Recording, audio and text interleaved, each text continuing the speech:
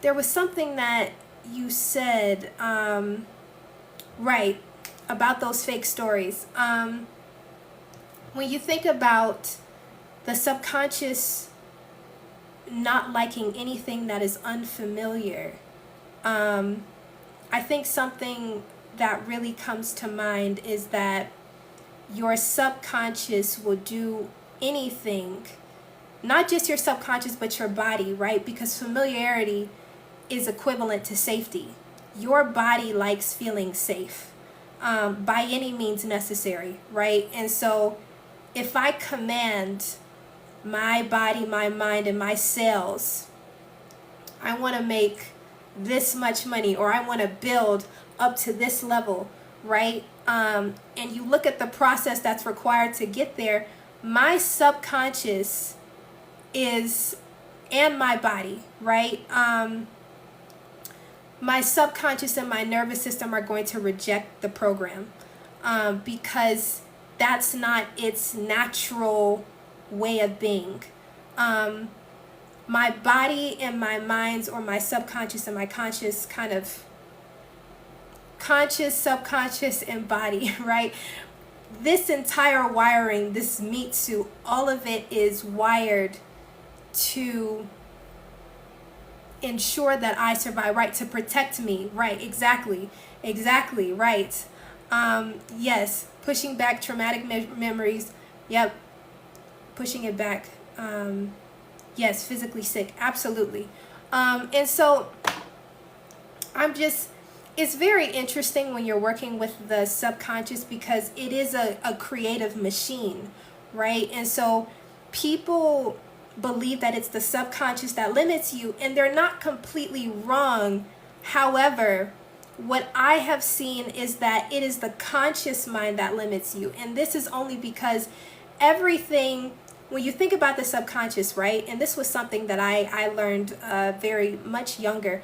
The subconscious is always recording, right? It never sleeps, right? And so in a way, it's kind of omnipresent, right?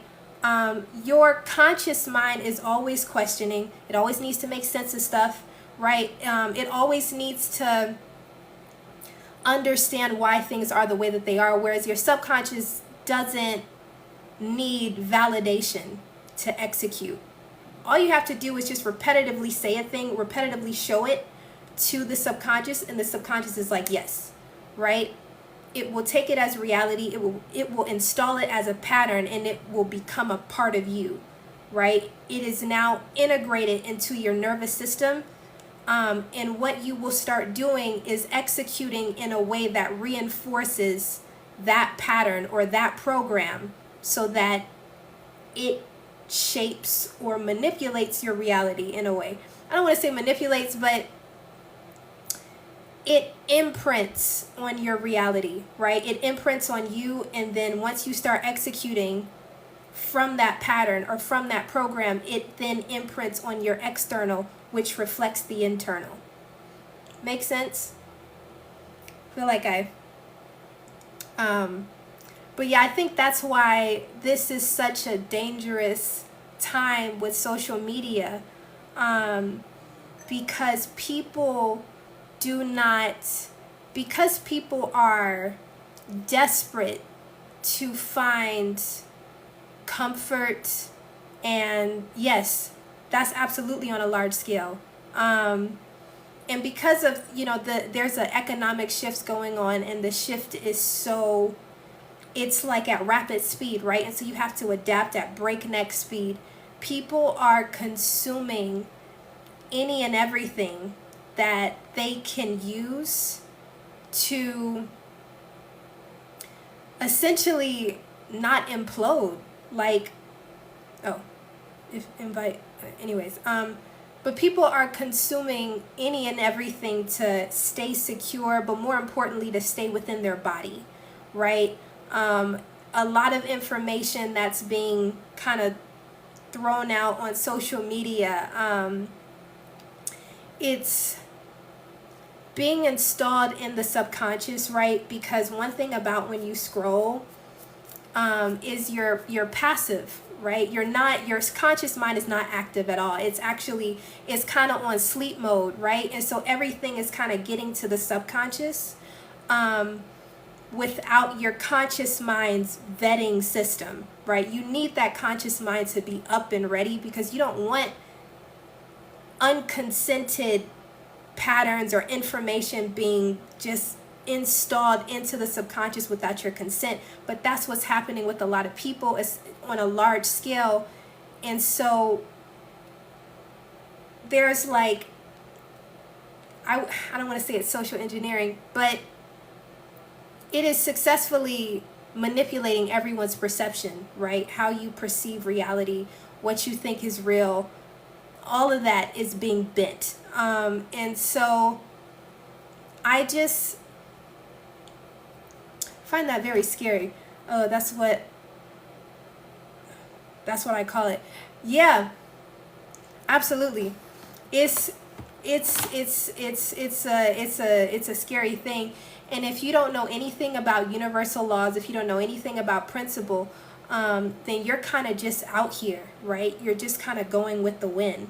And for a lot of people, when you consume mindlessly, right, unintentionally, it can inspire so many chemical reactions within your body, because you're not mindful of what you consume. You're just consuming, because that's a part of the culture now. We live in a digital age, and there are so many channels and portals on your phone, right?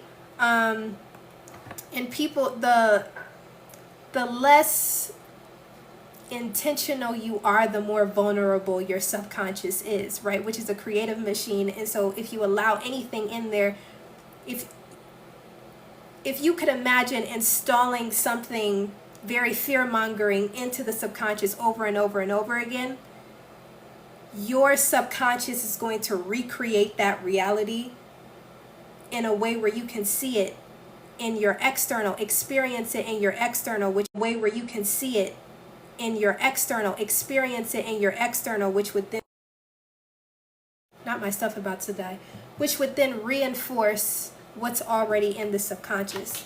And so what's happening is, I want to say it's genius work. Like, it's bad, no doubt. But it's I'm like, damn, this is pretty evil scientist kind of thing going on. But I'm trying to see, what else did I not explain, right? One of the things that I did explain, I think in my last video, it really is genius. It's like, damn, this is actually like, it's so fucked, but it's also so genius, because it's like, people don't, they don't really know much about the subconscious, so they don't really know how they are creating undesirable worlds and realities that they have to live in, or are forced to live in, because they're subjected to this creative machine, right, that they don't know how to use, but the powers that be do know how to use.